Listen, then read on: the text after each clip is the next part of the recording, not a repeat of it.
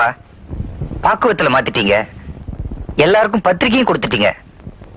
ஆனா தம்பி நிச்சயமா தப்பு பண்ணலங்கிறத முடிவா தெரிஞ்சுக்கிட்டு தான் இந்த கல்யாணத்துக்கு ஏற்பாடு பண்ணிருக்கீங்க. நான் அவனை நம்புறேன்டா. இப்படி சொன்னா எப்படிப்பா?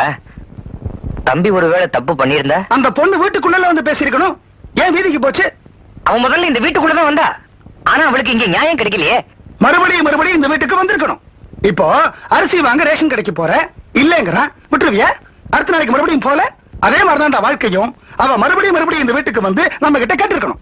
ரேஷன் கடையில நியாயமா அரிசி இல்லைன்னா மறுபடியும் போவாங்க. ஆனா அநியாயமா அரிசியை பதுக்கி வச்சுட்டு அரிசியே இல்லைன்னா போராட்டம் தானே நடத்துவாங்க. அண்ணே, டேய், என்னோட தம்பி நீ தப்பு பண்ணிருக்க மாட்டேங்கிற நம்பிக்கையில தான் இத்தனை நாள் உன்னோட தோளோட தோள் நின்ன. ஆனா இப்போ உண்மையில எனக்கு லேசா சந்தேகம் வர ஆரம்பிச்சிருக்கு. ஏதோ தப்பு நடந்திருக்கு. எப்படி சொல்ற? அண்ணன் நான் இருக்கும்போது அவசரமா நீ கல்யாணத்துக்கு ஆசைப்படுறியே, அதை வச்சுதான் சொல்றேன். ஏதோ தப்பு நடந்திருக்கு. அப்படின்னா தப்பு நடந்ததுங்கிறத நிரூபிக்க வேண்டிய பொறுப்பு அந்த பொண்ணுக்கு இருக்கு. அதே மாதிரி தப்பு நடக்கலங்கிறத நிரூபிக்க வேண்டிய கடமை உனக்கு இருக்கு. சாரங்கபாணி, அதை நீ நிரூபிக்கிற வரைக்கும் இந்த கல்யாணத்தை நடத்த நான் அனுமதிக்க மாட்டேன்.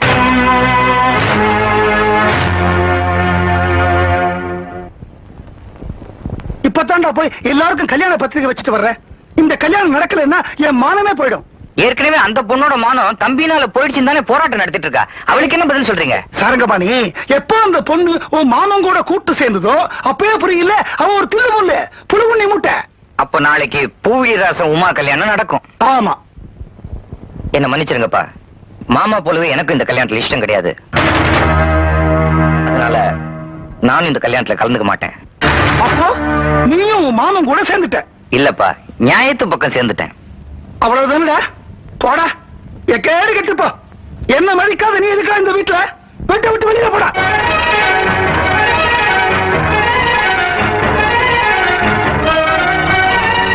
வரேன்ப்பா.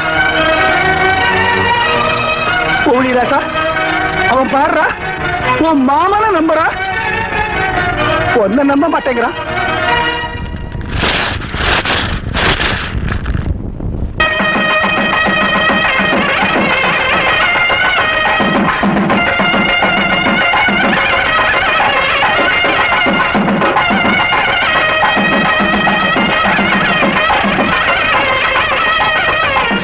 பொண்ணு மாப்பிள்ள ரெண்டு பேரும் பிராகாரத்தை சுத்திட்டு சுவாமியை வேண்டி சீக்கிரம் வந்துருங்க. கட்டுப்பட்டு தாலியை கட்டிடலாம். என்னங்க இது? தாலியை கட்டினதுக்கு அப்புறம் ஜோடியா கோயில சுத்தி வர்றதானே முறை? ஆமா, மத்ததெல்லாம் இந்த கல்யாணத்துல முறையா நடந்துட்டாக்கும். 24 மணி நேரத்துல கல்யாணத்தை ஃபைனலைஸ் பண்ணிருக்காரு. நல்லபடியா நடக்க வேண்டாமா? அதுதான் சுவாமியை வேண்டி வர சொன்னேன். சரி சரி, நீ இவளை கூட்டிட்டு போற. போப்பா போ.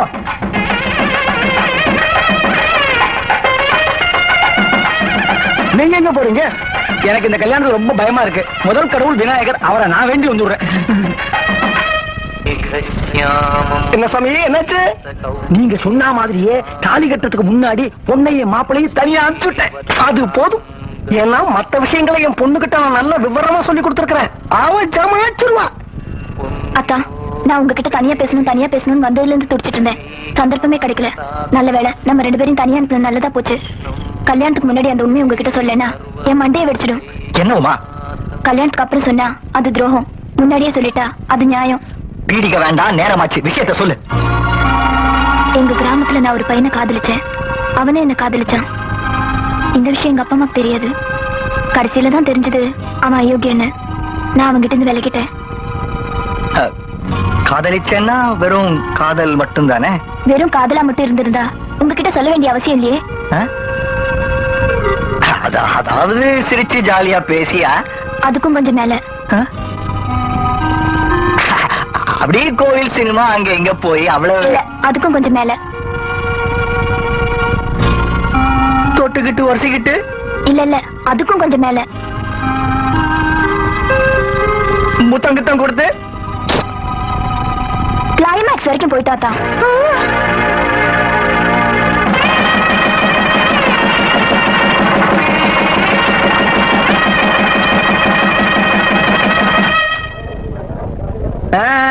சாமி தரிசனம் ஆயிடுதா? சந்தோஷம் தானே? இதுதான் எனக்கு வேணும். பாடாவா மாப்பிள்ள,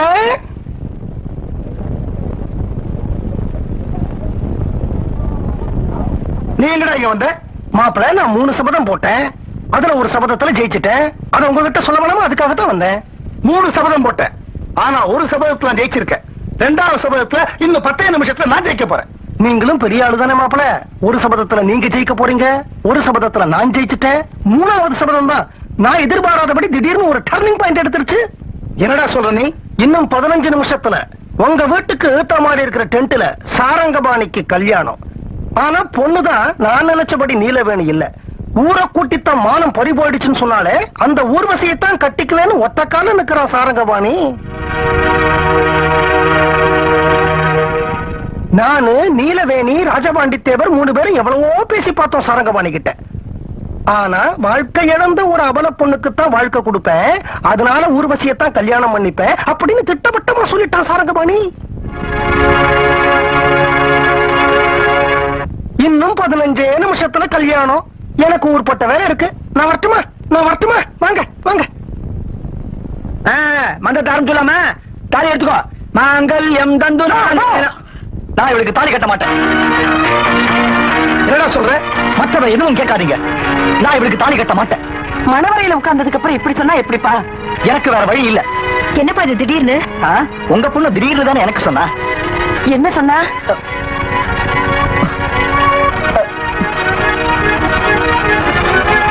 இவ சோரம் போனவளாம்பா.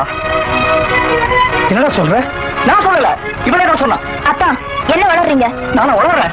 நீ என்கிட்ட சொல்லல? நான் சொன்னேனா? எப்ப சொன்னேன்? கோயிலை சுத்தி வரும்போது. கனவு கண்டீங்களா? நோ நோ, இவ சொன்னா. ஐயோ, இன்னும் 12 நிமிஷம் தான் இருக்கு. சாரங்கபாணி ஊர்வசியை கல்யாணம் பண்ணிக்க கூடாது. ஏண்டா? பண்ணிக்க கூடாதுப்பா.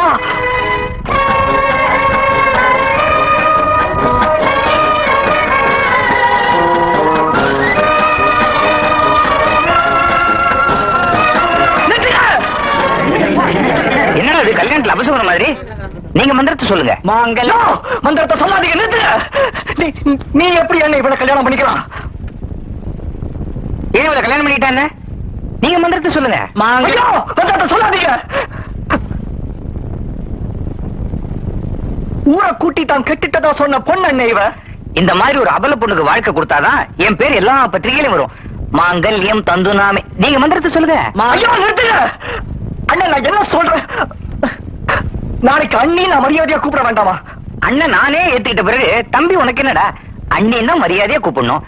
நீங்க மந்திரத்தை சொல்லுங்க. ஐயோ, நானே கருத்த பொண்ண நானே எப்படி அண்ணின்னு கூப்பிடுவேன்?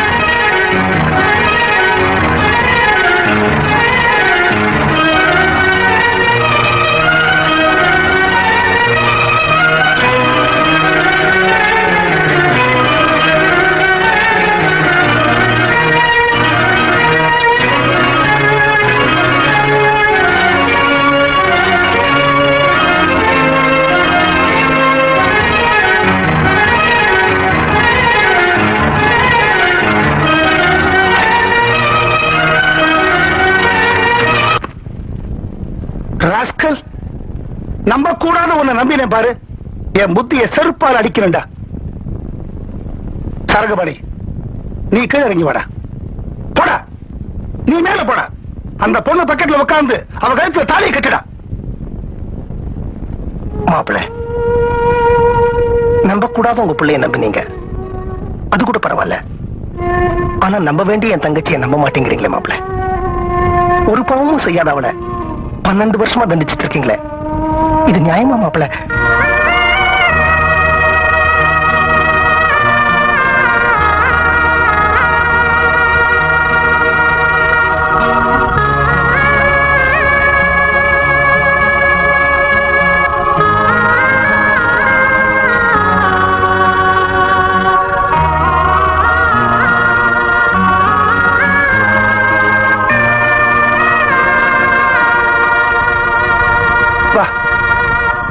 குழந்தைங்களை ஜோடி ஆசீர்வாதம் பண்ணுவோம். மந்திரத்தை சொல்லுங்க. மாங்கல்யம் தந்து நாமே. என்னப்பா நீ நிறுத்த சொல்ற? மூத்தவன் நான் இருக்கும்போது தம்பிக்கு என்ன அவசரம்? ஒரு நிமிஷம். இதோ என் ஜோடி. மாமா, நீங்க எங்க வந்தீங்க? இந்த பக்கம் வாங்க. இதான் என் ஜோடி. தாலியை கொடுங்க. இப்ப மந்திரத்தை சொல்லுங்க. மாங்கல்யம் தந்து நானே நாம ஜீவன ஹேதுனா கண்டே பத்மானி சுபஹேதும் ஜீவ சரதாம் சதம். ரொம்ப நல்லா சொன்னீங்க. Once more. மாங்கல்யம் தந்துனா நேனா மமதே இது உனக்குதான். அவன் மனசு மாறதுக்குள்ள டக்குன்னு தாலி கட்டிடு.